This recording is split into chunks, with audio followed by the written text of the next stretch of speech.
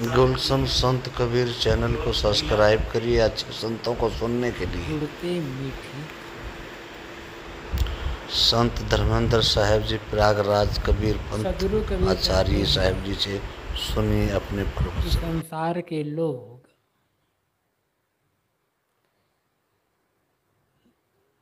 बिना दंडित किए ही, बिना दंड दिए ही दंडित हो रहे हैं, मतलब बिना किसी के दुख दिए दुख भोग रहे हैं। इनका जीवन रूपी जो जुआ है वो व्यर्थ चला गया।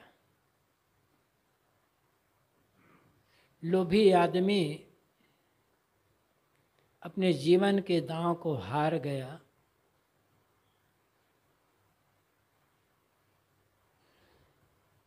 उन्होंने गुड़ को शक्कर नहीं बना पाया। चार बातें सदगुरु कबीर इस साखी में कहते हैं।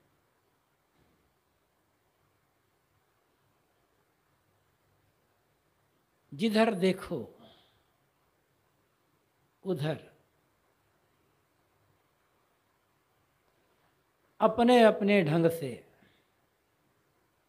कम ज्यादा हर आदमी दुखी है।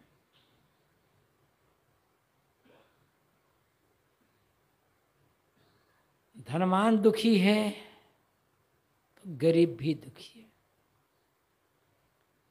रंक दुखी है तो राजा दुखी है। अनपढ़ दुखी है तो विद्वान दुखी है। जिनके कोई नहीं है वह दुखी है, तो जिनके 2, 4, 6, 8, 10 हैं वो भी दुखी है। जिनके रहने के बराबर ठिकाना नहीं है वे दुखी हैं, तो जिनके लिए रहने के लिए बड़े बड़े भव्य भवन हैं वे भी दुखी हैं। जिन्हें पेट भर खाने को नहीं मिलता वे दुखी हैं, तो जो खा खा करके छक रहे हैं वे भी दुखी हैं। और थोड़ा आगे बढ़कर कहें तो गृहस्थ दुखी है तो गृह त्यागी साधु सन्यासी भी दुखी हैं।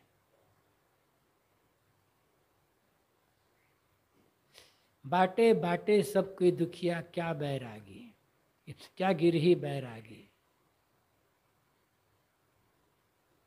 जब सब दुखी हैं तो इन्हें दुख कौन दे रहा है? कौन इन्हें दंडित कर रहा है, दंड दे रहा है? दुख तो कोई नहीं चाहता। दुख ना चाहते हुए भी अपने अपने ढंग से सभी दुखी हैं। तो दुख कौन दे रहा है? कारण क्या है दुख का?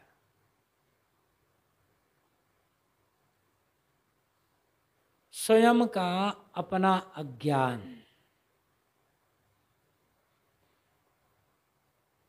लोभ या मोह। अज्ञान होगा तो लोभ भी होगा और मोह भी होगा। अज्ञान होगा तो जीवन में तमाम प्रकार के व्यतिक्रम आना ही आना है।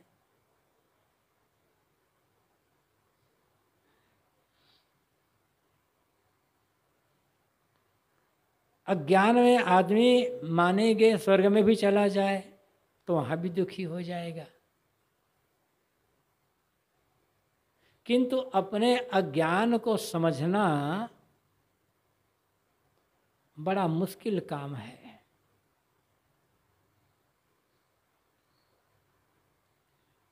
झट से हम दूसरों को कह देते हैं बड़ा अज्ञानी आदमी है। किसी की थोड़ी गलती देखकर कह देते हैं बड़ा मूर्ख आदमी है। दूसरे के अज्ञान, दूसरों की मूर्खता को समझना बहुत सरल है, बहुत सरल, कुछ नहीं लगता है। अपने अज्ञान, अपनी मूर्खता को समझना यही कठिन है।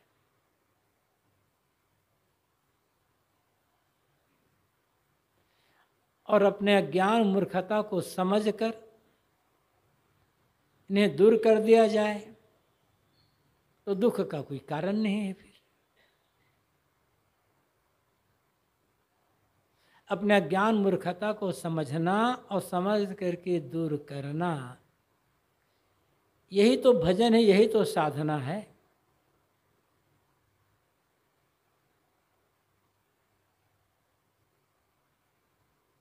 सदगुरु कहते हैं कोई दंड नहीं दे रहा है लोगों को, कोई दुख नहीं दे रहा है। अपने अज्ञान से आदमी स्वयं दुखी है। हम दुखी हैं, किसी कारण से दुखी हैं, तो कहीं ना कहीं हमारी कोई भूल होगी।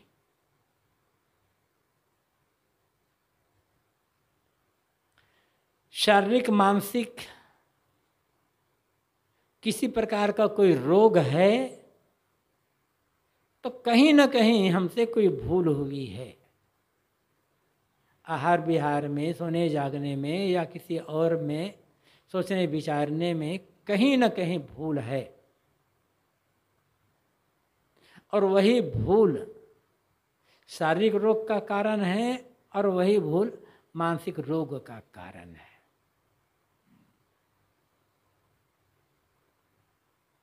हमारे शरीर में दूसरा तो कोई रोग पैदा नहीं कर सकता। रोग है तो कहीं ना कहीं भूल है। कह दिया जाता है कि मौसम बदल रहा है, वायरल फीवर है, बैक्टीरिया है, वायरस है, पता नहीं क्या क्या, तो सबके सब बीमार क्यों नहीं पड़ते? जब ऐसा है, मौसम परिवर्तन से होता है रोग, तो मौसम परिवर्तन तो सबके लिए हुआ ना। तो अमुक अमुक बीमार पड़ गए, अमुक अमुक बीमार नहीं पड़े, क्यों? जो बीमार पड़े कहीं ना कहीं उनके शरीर में कमजोरी है और उनकी असावधानी है। चाहे कोई, चाहे हम हो, चाहे आप हो या कोई हो। ये तो शरीर के रोग की बात हुई। दुख का कारण भी, तमाम संकट विपत्ति झेलना, इसके पीछे भी क्या है? कोई ना कोई भूल है।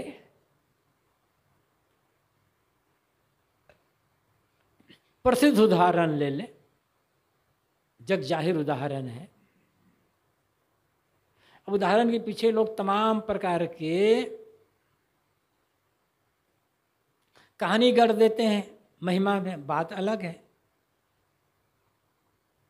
लेकिन देखें, राम को वनवास का दुख किसने दिया? उनकी अपनी भूल।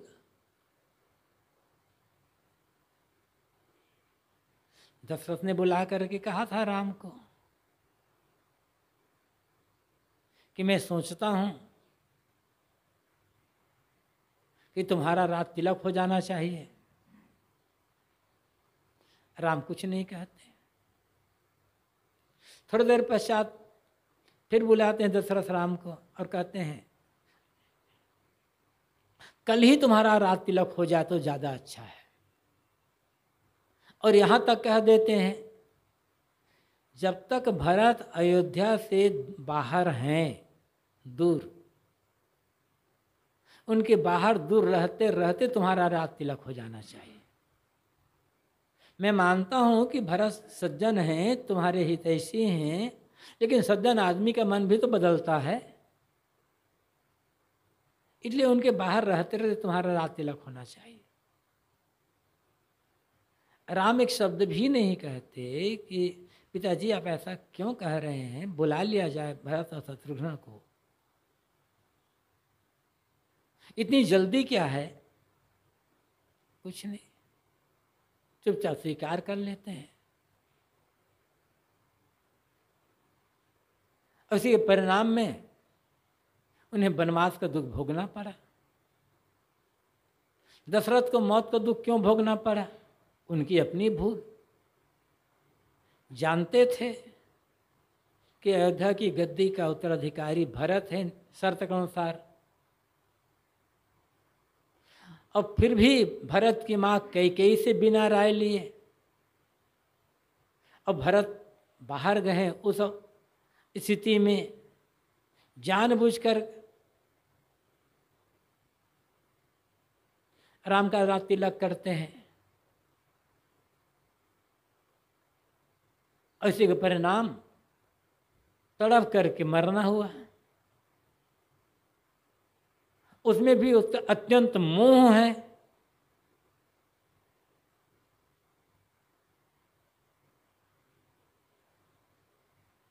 शर्त इतनी है ना कि राम 14 साल तक के लिए वनवास रहें, ठीक है, इसमें कौन सी बड़ी बात हो गई थी?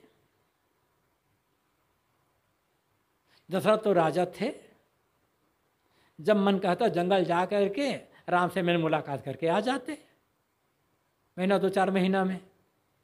उनके लिए कोई पाबंदी तो नहीं थी ना, लेकिन इतना मोह कि एक दिन में ही प्राणांत हो जाना, उनकी अपनी ही तो भूल है। कहा यह जाता है कि श्रवण कुमार को मारा था इसलिए श्राप लगा था, तो मारना भी तो उनकी भूल है।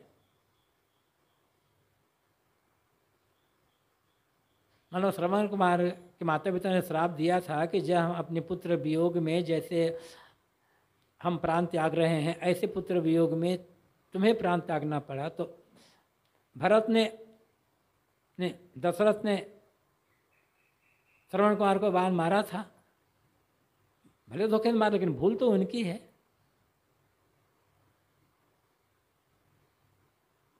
दूसरी तरफ देखें, स्वर्ण मृग, लक्ष्मण ने समझाया भैया स्वर्ण का मृग नहीं होता है, लेकिन वहां स्वर्ण मृग चक्कर में पड़ गए राम और सीता। उसके परिणाम में सीता जंगल जंगल रोती रही, वहां रावण का शोक बनिका में रोती रही और राम जंगल जंगल भटकते रहे।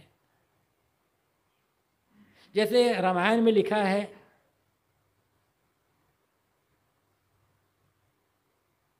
कि शूर्पणखा ने कहा था मैं आप लोगों से शादी करना चाहता हूं, तो कहते हैं कि उनके नाक कान कटवा दिए, कि उन्हीं की तो भूल है ना। कहा जाता है कि विश्वामित्र जब यज्ञ कर रहे थे तो यज्ञ में विघ्न करने के लिए मारीच आए थे, तो राम ने मारीच को बाण मारा तो 1200 किलोमीटर जाकर जाकर दूर गिरा। एक बाण शूर्पणखा को मार देते, लंका में जाकर गिर जाती, लांघन करने का जरूरत पड़ती, लेकिन नाक कान कटवाए तो उसी की तो गलती है। फिर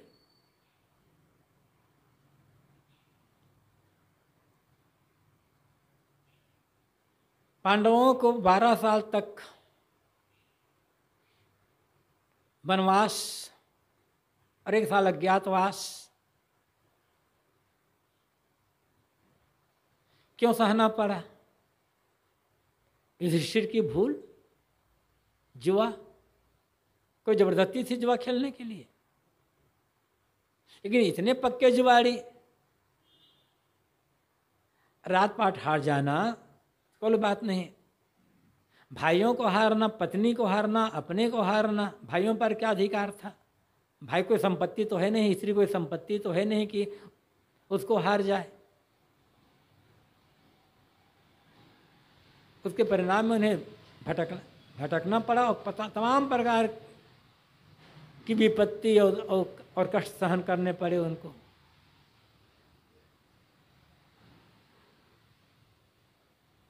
दुर्योधन की अपनी भूल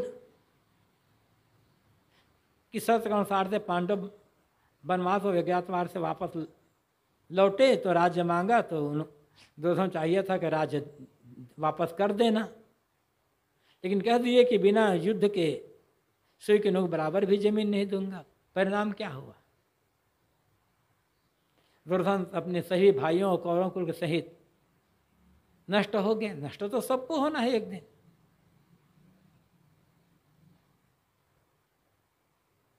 युवक के भयंकर भूल क्या है? दुर्योधन का मजाक उड़ाना। कहते हैं जब रात्रि युग किया था, वहां ऐसा बनाया गया था कि जहां पानी भरा रहता था लगता था कि सूखी जमीन है, थल है, और जहां सूखी जमीन होती थी, स्थल होता था, वहां लगता था कि पानी भरा हुआ है। दो दरवाजा बंद रहता था, लगता था कि खुला हुआ है, और दो दरवाजा खुला हुआ रहता था, लगता था बंद है। इसको देख करके न समझने के कारण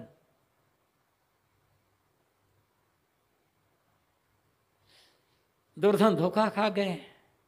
तो भीम, अर्जुन, नकुल, सहदेव, इन चारों भाइयों ने मजाक उड़ाया। उसमें कृष्ण ने भी सहयोग दे दिया। न मजाक उड़ाते तो न तो जुआ खेला जाता, न इतना महाभारत का युद्ध होता। तो क्या है, उन्हीं की भूल है ना। बलवान यादव कुल का विनाश क्यों हुआ? उनका आपस की फूट, गृह कला, शराबपान, अहंकार, उन्माद, कहा जाता है ना। दुर्वासा ऋषि, कहीं दुर्वासा कहीं और कहते हैं, दुर्वासा ऋषि बैठे थे तो यादव कुल के लड़कों ने उन्हें मजाक उड़ाना चाहा। उनका मजाक उड़ाने के लिए क्या, देखो क्या कहते हैं। शाम जो कृष्ण के बेटे,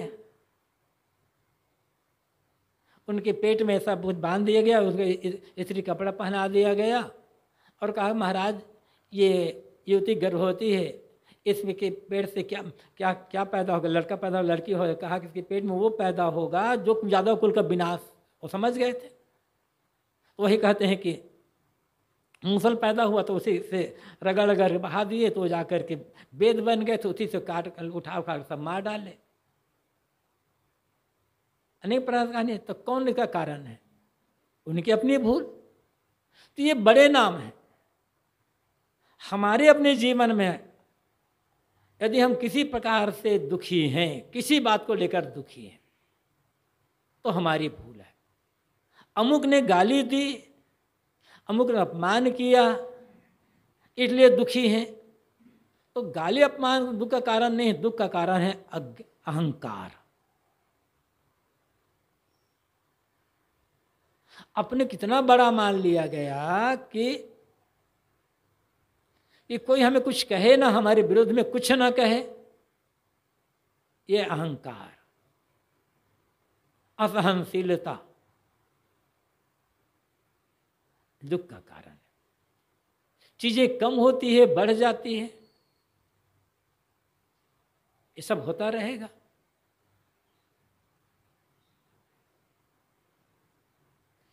चीजें कम हो जाए फिर भी खाने को मिलेगा, बढ़ जाए तो भी ज़्यादा नहीं खाएंगे। सब तो घाटा मुनाफा, अनुकूलता प्रतिकूलता, मान अपमान तो आते रहेंगे। लेकिन इस स्थिति में दुखी होते रहना, उलझते रहना स्वयं की भूल है।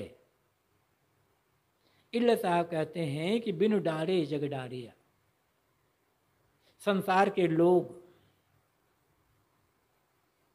दूसरों द्वारा दंडित किए बिना भी दंडित हो रहे हैं। कोई दुख नहीं दे रहा, फिर भी दुखी हो रहे हैं।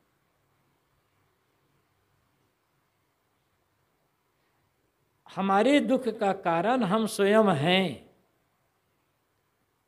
कितने लोग स्वीकार करेंगे इसको? जो समझदार होगा, जो साधक होगा, विवेक जिसके पास होगा, वही स्वीकार करेगा कि मेरे दुख का कारण मैं स्वयं हूं। अन्यथा दूसरे पर दोष का आरोपण कर करके हम अंदर अंदर कूढ़ते रहते हैं, बैर विरोध का भाव बना करके अपने मन को, संस्कार को और खराब करते रहते हैं और जलते रह जाते हैं उतना। यदि समझ होती, निश्चित है कि प्रतिकूलता किसी को पसंद नहीं है, गाली, अपमान, निंदा किसी को पसंद नहीं है, फिर भी ये सब जीवन में आना है। ये समझ लें कि जिसके पास जो है वो निकाल रहा है, इसमें उलझने की क्या जरूरत है। तो हमारा मन नहीं बिगड़ेगा, दुखी नहीं होंगे। तो दुख का कारण भीतर, जितना मन में विकार होगा, चाहे विकार कुछ भी हो, अहंकार होगा उतना दुखी, भूल होगी उतना दुख होगा। सोरठ पड़िया डांट, आप कहते हैं सोरठ जुआ, डांट पड़ गया, व्यर्थ गया। लोग पासा फेंकते हैं जीतने के लिए, लेकिन साहब कहते हैं दांव ही झूठा पड़ गया, व्यर्थ हो गया, तो जीत कहाँ होगी। जीवन जुआ में अधिकतम लोगों की हार हो रही है। मन में खीज, चिंता, भय, पीड़ा, तनाव, शिकायत का बने रहना, यही तो जीवन जुआ में हार होना है। और अंतिम में पछताते रोते हुए विदा हो जाना, ये तो और भयंकर हार है। कौन साधु कौन गृहस्थ, ये बड़ी बात नहीं है।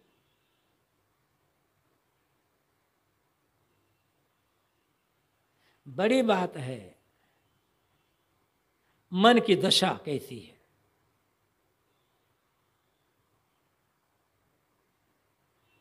जो समझदारी पूर्वक जीवन जिएगा, विवेक पूर्वक कर्म और व्यवहार करेगा, विवेक पूर्वक खान पान रखेगा, उसे पश्चाताप क्यों करना पड़ेगा।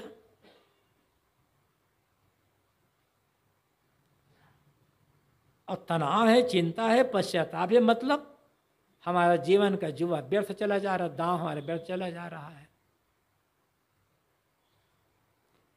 और सबकी दशा यही होती है। लेकिन साहब ने कहा है, बाजी है संसार कबीरा चेत डारो पासा। इस जीवन एक बाजी है, दांव है, चित में चेत करके अच्छी तरह से सावधान होकर के पासा फेंको। ऐसा कहाँ होता है, असावधानी में जीवन व्यतीत होता है, और उसी का परिणाम होता है पश्चाताप, चिंता, भय। बाटनी हारे लोभिया, बाटनी दांव भी है। लोभी आदमी अपना दांव हार गया। जितना लोभ होगा उतना जीवन में कमजोरी आएगी। और लोभ किसी का भी हो सकता है। क्या रुपये पैसे का लोभ नहीं है, मकान दुकान का लोभ नहीं है, खाने पीने का लोभ, देखने सुनने का लोभ, पद प्रतिष्ठा का लोभ, स्वर्ग जाने का लोभ, ईश्वर दर्शन करने का लोभ, गद्दी महंती का लोभ, लोग हमें अच्छा कहें इसका लोभ, थोड़ा सा सेवा दान पुण्य करके प्रसन्नता पाने का लोभ। लोभ जहाँ आएगा आदमी वहाँ दुखी होगा, कमजोर होगा। इसलिए इसी साखे प्रकार में सदगुरु कबीर ने कहा, लोभे जन्म गवाया पापे खाया पुण्य। लोभ में पड़ करके आदमी अपने जन्म को गंवा देता है। और लोभ ऐसा पाप है कि सारे पुण्य को खा जाता है।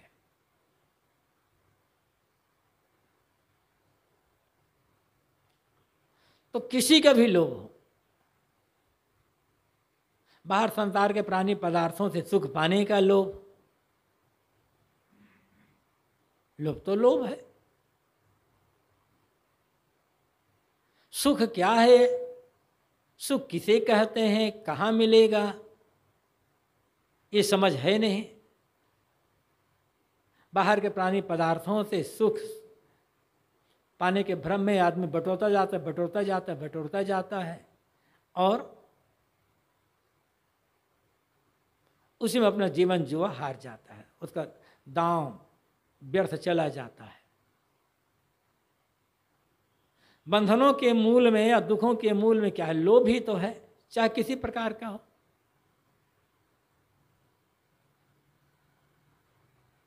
सदगुरु कहते हैं कि लोभी आदमी अपना दांव हार गया है। लोभी आदमी कभी न संतुष्ट हो सकता है न सुखी हो सकता है। लोभ का मतलब ही है हर समय कमी का अनुभव होते रहना, कमी कमी कमी, चाहे जो मिल जाए, जितना मान सम्मान मिले, जितना पद प्रतिष्ठा मिले, जितनी आरती वंदना हो, लगेगा कि अभी कम है। ऐसे रुपया पैसे के लिए भी अभी कम है, अभी कम है। हर समय कमी का, अतृप्ति का, अभाव का अनुभव होते रहना, यही तो लोभ है। और इसमें तो हारना है ही।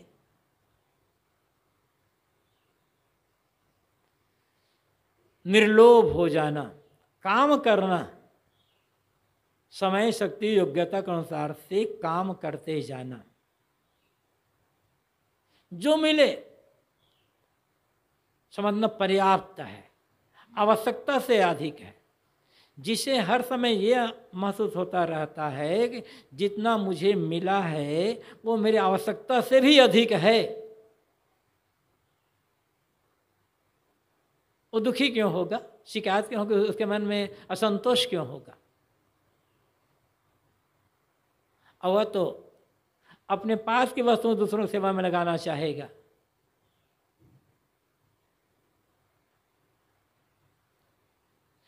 त्याग से ही जीत होगी, लोभ से जीत नहीं होगी।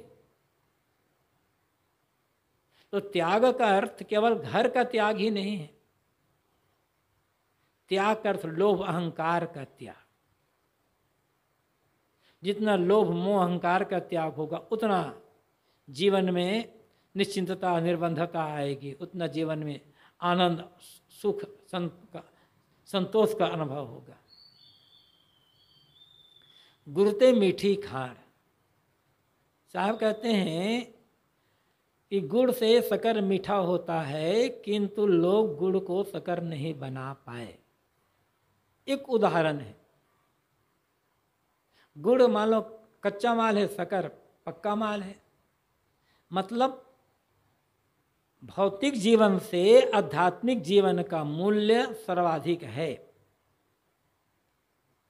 कमाना खाना, शादी विवाह, बाल बच्चे पैदा करना, पालना पोसना या अन्य व्यवहार के बहुत सारे काम करना, ये मजबूरी है, उद्देश्य नहीं है। यह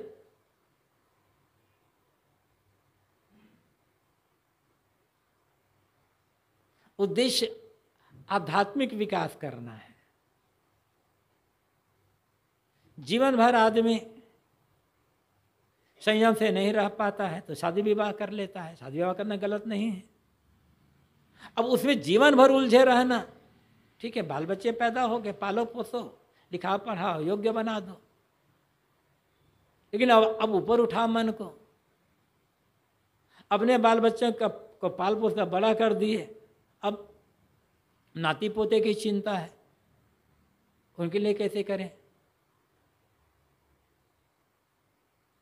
मतलब उसी में उलझे रह गए, मोह का त्याग नहीं कर पाए।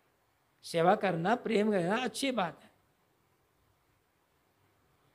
लेकिन धीरे धीरे सांसारिक राग रंग विषय विकार अहंता ममता से ऊपर उठ करके मन की बहिर्मुखता को छोड़कर अंतर्मुख बनाना काम करना, भजन संयम साधना में लगना, ये गुड़ को शकर बनाना है। लेकिन आदमी ऐसा कहाँ करता है? धर्म के नाम पर कोई पूजा पाठ थोड़ा बहुत करता भी है तो उसमें भी दुनिया भर का लोभ, कोई न कोई कामना लेकर के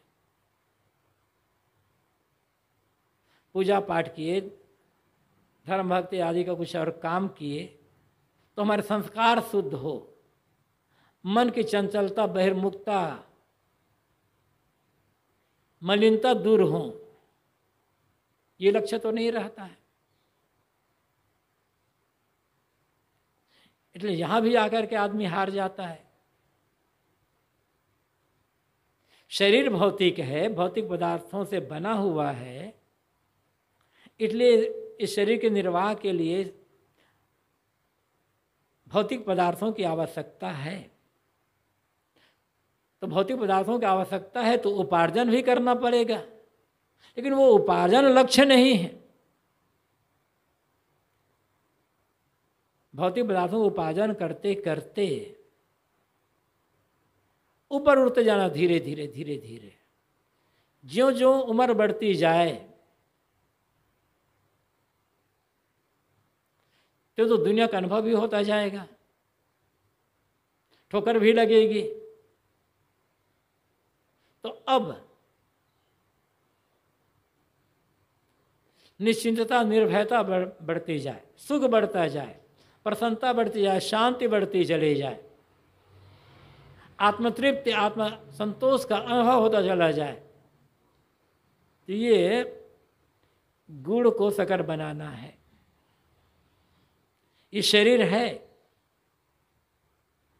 शरीर से अनादि काल से जुड़े हुए हैं, इसलिए कुट कुट करके मन में देहाभिमान भरा हुआ है, देह का ध्यास भरा हुआ है। तो शरीर का पालन पोषण तो करना होगा जब तक प्रारब्ध है, लेकिन शरीर से जीवन निर्वाह का काम करते हुए, सेवा करते हुए धीरे धीरे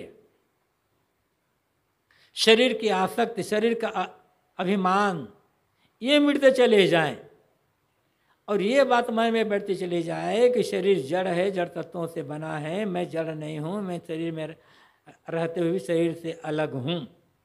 आत्मज्ञान में मन रमता चला जाए तो देह भाव का त्याग, आत्मभाव में मन का रमन, ये गुड़ को शकर बनाना है। लेकिन ऐसा नहीं हो पाता है। जबान से कहते रह जाते हैं कि हम शुद्ध चेतन हैं, शरीर में भले हैं लेकिन शरीर से अलग हैं, किंतु शरीर का भाव मिट नहीं पाता है। शरीर के नाम रूप को लेकर के कोई थोड़ी सी प्रतिकूल टिप्पणी होती है, दुखी हो जाते हैं। कारण यही है कि देह भाव में मन डूबा हुआ है। आत्मभाव में यदि मन लगता, देह भाव का त्याग हो गया होता, जितना जितना देहाभिमान, देह भाव का त्याग होता जाएगा, उतना उतना निंदा, बुराई, अपमान का दुख मिटता चला जाएगा। और जब निंदा, अपमान, बुराई, गाली ये सब सुन करके जरा भी दुख ना हो, मन विचलित भी ना हो, तो समझ लेना होगा कि गुड़ पूरा का पूरा शक्कर बन गया है। यही कठिन है। यहाँ मन पर बैठ करके कहने में 2-4 सेकंड लगता है,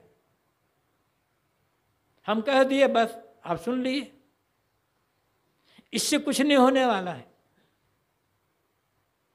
ऐसा जब मन बने, ऐसी रहनी में मन रमने लग जाए, विशेषता ये होगी। आखिर कहते सुनते क्यों हैं? कहने सुनने का अर्थ क्या है? केवल टाइम पास करने के लिए, मनोरंजन के लिए कहना सुनना नहीं होता है। हम जिंदगी भर कहते सुनते रह जाते हैं केवल टाइम पास करने के लिए बस। इसलिए थोड़ी सी निंदा, थोड़ी सी आलोचना, थोड़ा सा अपमान सहन नहीं कर पाते, उलझ जाते हैं। क्योंकि गुड़ को शक्कर बनाने का काम अभी चालू ही नहीं किया गया। और जिन्होंने गुड़ को शक्कर बना लिया, भौतिक धरातल से ऊपर उठ करके मन को आत्मिक धरातल में स्थित कर लिया, उसका जीवन धन्य हो गया। इस साखी में सदगुरु कबीर 4 बातें कहते हैं। संसार के लोगों को कोई दुख नहीं दे रहा है। आदमी स्वयं अपनी ही भूल से दुखी हो रहा है। अपनी भूल, अपने अहंकार को त्याग कर दे, दुख बंद हो जाएगा। सावधानी पूर्वक जीवन का व्यवहार करे, सावधानी पूर्वक जो भी कर्म करना है सावधानी पूर्वक करे। सेवा का, प्रेम का, आदर का, सम्मान का व्यवहार करते रहें। जो काम कर रहे हैं उसमें कामना अहंकार का त्याग है तो जीवन जुआ व्यर्थ नहीं जाएगा, जीत हो जाएगी। लोभ का त्याग कर दिए, कुछ नहीं, निर्लोभ होकर के काम। निर्लोभी सुख से सोते हैं। किसी भी प्रकार का, चाहे वो ईश्वर दर्शन का लोभ हो, चाहे मान सम्मान पाने का लोभ हो, चाहे रुपया पैसे का लोभ, सारे लोभ का त्याग कर दिया जाए तो हमारा दांव व्यर्थ नहीं जाएगा। दांव तो सीधा पड़ जाएगी, विजय हो जाएगी। और गुड़ को शक्कर बना लिया गया, शरीर भाव को से ऊपर उठ करके आत्मा भाव में मन स्थित हो गया, बस जीवन सफल हो गया। ये 4 बातें सदगुरु कबीर इसमें कहते हैं। मड़िया गिर की बात में वृक्ष रहा सब गोए, कहबे को चंदन भया मड़िया गिर ना हो। मलागिर चंदन का पेड़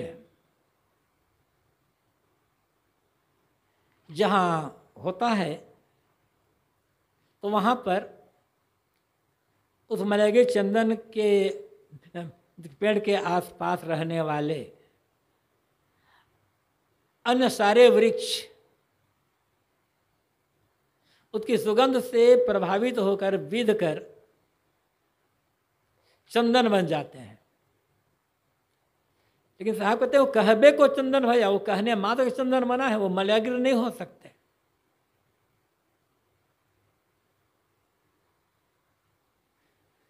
कहा जाता है कि मलागिर चंदन का पेड़ जहाँ होता है उससे बड़ी सुगंध निकलती रहती है। उसके आसपास में अन्य जो ऐसे वृक्ष रहते हैं उसकी सुगंध से प्रभावित होकर उनकी लकड़ी भी सुगंधित हो जाती है, ऐसा कहा जाता है। हमने न मलागिर का चंदन का पेड़ देखा है, न उनके प्रभाव से दूसरों सुगंधित होते देखा है। सदगुरु कबीर ने उदाहरण दिया है, हो सकता है ऐसा होता भी हो, इतनी सुगंध हो। अब ऐसा होता है या नहीं होता है इसकी गहराई में जाने की आवश्यकता नहीं। होता है तो अच्छी बात, नहीं होता है तो कोई घाटा नहीं है। लेकिन साहब उदाहरण दे रहे हैं, उदाहरण है मलागिर चंदन का और उस मलागिर चंदन के आसपास रहने वाले वृक्षों का। किंतु ये उदाहरण देना उद्देश्य नहीं है साहब का। अन्योक्त अलंकार में यह साखी कही गई है। जो कहना चाहते हैं उसका नाम भी नहीं है, कहते कुछ और है, संकेत इशारा दूसरी तरफ है। यहाँ मलागिर चंदन है, ये चेतन जीव, और अन्य वृक्ष है ये शरीर। चेतन जीव की उपस्थिति से पूरा शरीर चेतनवत भासता है।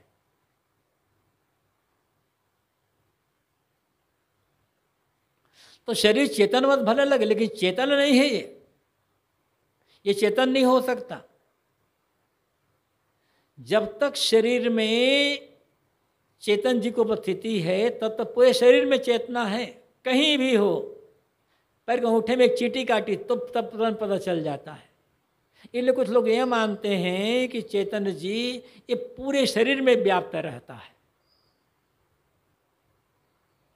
इसीलिए तो शरीर के प्रत्येक अंग का उते पल पल क्या हो रहा है, पीठ पर आकर के एक छोटी सी चींटी, और चींटी का छोटा सा बहुत कीड़ा आकर बैठ जाए, तत्काल त्वचा में संवेदना हो जाती है और पता चल जाता है हमको। इसलिए लोग मानते हैं कि चेतन जी पूरे शरीर में व्याप्त रहता है। कुछ लोग कहते हैं कि चेतन जी शरीर व्याप्त रहता है, दौड़ लगाता रहता है हमेशा। अनेक प्रकार की बात है, लेकिन यहाँ साहब इतना कहते हैं कि चेतन जी की उपस्थिति से ये पूरा शरीर चेतन के समान प्रतीत होता है, किंतु प्रतीत मात्र होता है, ये चेतन नहीं हो सकता। क्योंकि शरीर जड़ तत्वों से निर्मित है और जड़ जड़ ही रहेगा। और जैसे ही शरीर से चेतन निकलता है पता चल जाता है कि शरीर तो जड़ हो गया, मुर्दा हो गया। साहब बता रहे हैं इस साखी से कि जीव और शरीर दोनों बिल्कुल भिन्न भिन्न हैं। दोनों को एक समझ लेना ये अज्ञान है, और यही अज्ञान दुखों का कारण बनता है। मैं शरीर हूं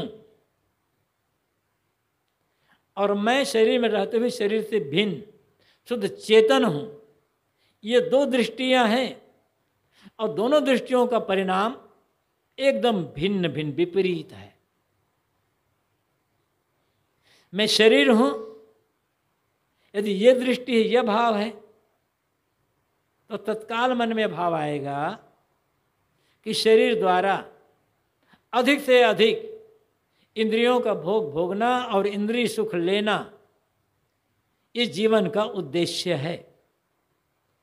और फिर आदमी इंद्रिय सुख पाने के लिए जहाँ से मिले, जैसे मिले, जिस ढंग से मिले, उसके लिए फिर जायज़ नाजायज़ हर प्रकार के कर्म करने लग जाता है। और दुनिया भर के भोगों को भोगते भोगते जो ये 5 ज्ञानेंद्रियां हैं, इस 5 ज्ञानेंद्रियों से इनके 5 विषय को भरपूर रूप से भोगते और सुख लेते हुए भी आदमी अतृप्त का अतृप्त ही रह जाता है। तृष्णा बढ़ जाती है, वासना बढ़ जाती है, इंद्रियां दुर्बल और शिथिल हो जाती है, शरीर कमजोर हो जाता है, किंतु तृष्णा शांत नहीं होती, क्योंकि उद्देश्य हो गया है इंद्रियों द्वारा अधिक से अधिक इनके विषयों का भोग करते जाना, सुख प्राप्त करना। ये शरीर दृष्टि में शरीर है, प्राप्त रहे तक शरीर की व्यवस्था करना, उचित खान पान, आहार विहार, सोना जागना रखना, ये मजबूरी है। जिनकी आत्मदृष्टि रहती है, इस जो समझता है कि अपने कर्मानुसार कर्मफल भोग के लिए इस शरीर में मैं आया हूँ, इस शरीर में रहते हुए मैं शरीर से अलग हूँ, मैं शुद्ध चेतन हूँ, ये चेतन दृष्टि जब हो जाती है तब उसका खाना पीना, काम धाम करना, बात व्यवहार करना सुख की दृष्टि से नहीं होती है, निर्वाह और सेवा की दृष्टि से। जब शरीर मान लेता है कि मैं शरीर हूं, तब शरीर भोग का साधन बन जाता है, बना लिया जाता है। और जब मन में ये भाव आया कि मैं शरीर नहीं हूं, किंतु शरीर में रहने वाला इससे भिन्न शुद्ध चेतन हूं, तब शरीर मोक्ष का साधन बन जाता है। चित्त तो वही है, उपयोग पर निर्भर करता है कि वह चीज कल्याणकारी है या अकल्याणकारी है।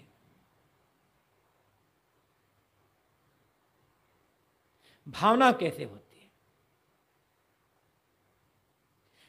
इसी शरीर में रह करके अनेक लोग एकदम आकंठ डूब जाते हैं मोह माया में, विषय वासना में। मरते दम तक वे विषय वासना अंतम तक त्याग नहीं हो पाता। और इसी शरीर में रहते हुए अनेक ऐसे साधक संत अपने को निर्बंध कर लेते हैं।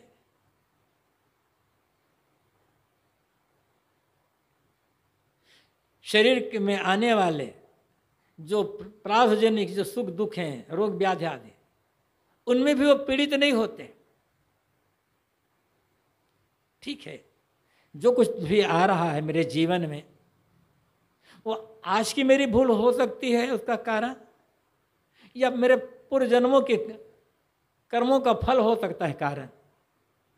ऐसा जान करके वो शरीर में भयंकर से भयंकर रोग आने पर भी पीड़ित नहीं होता।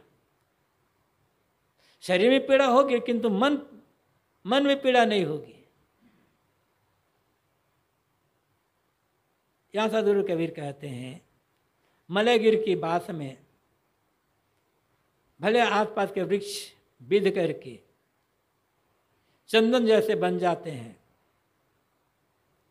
वो भी सुवासित हो जाते हैं, उसमें भी सुगंध आने लग जाती है, किंतु वो कहने मात्र के चंदन बने हैं, वो मलयगिर नहीं हो सकते। ऐसे भले शरीर लगता है कि चेतन के समान है, किंतु इस चेतन नहीं है, जड़ है और जड़ ही रहेगा। यहाँ तो आप बताते हैं इस साखी में, इस शरीर को तुम ये मत समझो कि मैं शरीर हूँ, ये तो बन गया है कर्मफल भोग के लिए, कर्मानुसार उस सुख दुख भोगने के लिए। तुम इससे सर्वथा भिन्न हो। देहाभिमान का त्याग करो। बृहदारण्यक उपनिषद में एक मंत्र आता है, आत्मानम चेद विजानीयाद अयमस्मीति पुरुष किमच्छन कस्य कामाय शरीर मन संजोरे। आत्मानम चेद विजानीयाद, जिन्होंने अपने को पहचान लिया, अयमस्मीति पुरुष, वह पुरुष जिसे मैं खोज रहा हूं, मैं ही हूं, ऐसा अपने आप को पहचान लिया कि मैं शुद्ध चेतन हूं। अच्छी तरह से मन में भाव बैठ गया पहचानने के बाद, तो किमच्छन, किस इच्छा से, कस्य कमाए, किसकी कामना से, शरीरम अनुसंधरे, अपने मन में शरीर का बुखार चढ़ा कर रखेगा। क्यों अपने शरीर मान करके रखेगा? पहचान लिया।